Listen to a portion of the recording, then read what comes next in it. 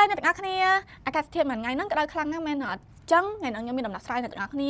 ហើយថ្ងៃហ្នឹងខ្ញុំក៏ចង់មកណែនាំពី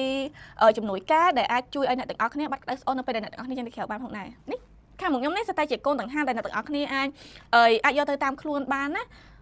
ដោយសារតាកូនដង្ហើមទូចចឹងអ្នកទាំងអស់គ្នាទៅដល់ណាក៏យកវាទៅបានដែរហើយកុំឃើញគ្នាទូចចឹងគិតថាអត់ហើយអត់អីអត់ទេលហើយខ្លាំងជាមួយខ្ញុំសាយមើល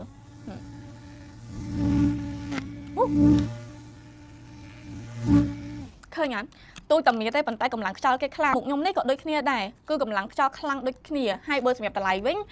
ក៏អត់ថ្លៃដែរអ្នកទាំងអស់គ្នាដោយអានៅដៃខ្ញុំនេះវិញតម្លៃវាតែ$2កន្លះទេហើយមួយនេះវិញតម្លៃវាតែ$2.25ទេហើយបើសម្រាប់ពីរនេះវិញតម្លៃវាតែ$2គត់ទេហើយបើសម្រាប់មួយនេះវិញតម្លៃវាត្រឹមតែ$3គត់ទេអ្នកទាំងអស់គ្នាហើយសម្រាប់ឥឡូវហ្នឹងខ្ញុំក៏មាន discount ជូនអ្នកទាំងអស់គ្នាផងដែរដោយអ្នកទាំងអស់គ្នាទិញពីរគឺខ្ញុំ discount ឲ្យ1រៀលណាបើសិនជាទិញកាពី4ឡើងទៅខ្ញុំ discount ឲ្យ$2ហើយ free delivery ទៀតអ្នកទាំងអស់គ្នាហោណាបានទាំងហាលល្អហើយតម្លៃក៏គួរសមដែរអញ្ចឹងរកអត់បានទេទាំងអស់គ្នាហើយចំនួនខ្ញុំ promotion ហ្នឹងក៏មានកំណត់ដែរអញ្ចឹងអ្នកមកមុនបានមុនណារស់រានឡើងអ្នកទាំងអស់គ្នាហើយបើសិនជាចង់ទិញឬក៏ចង់សួរព័ត៌មានបន្ថែមអីអាចឆាតមកភេទដែលខ្ញុំកំពុងតែផុសវីដេអូនេះបានណាហើយកុំភ្លេចហៅមិត្តភក្តិហៅអីមកទិញច្រើនមកព្រោះ discount ក៏រៀងច្រើនដែរខ្ញុំមុនបានមុនណាខ្ញុំចាប់ម្ដងទៀតអញ្ចឹងចាត់ទិញអត់តាន់កាត់មានបន្ទោសខ្ញុំទេណាបាយបាយកុំភ្លេចជួយទិញខ្ញុំច្រើនផងណា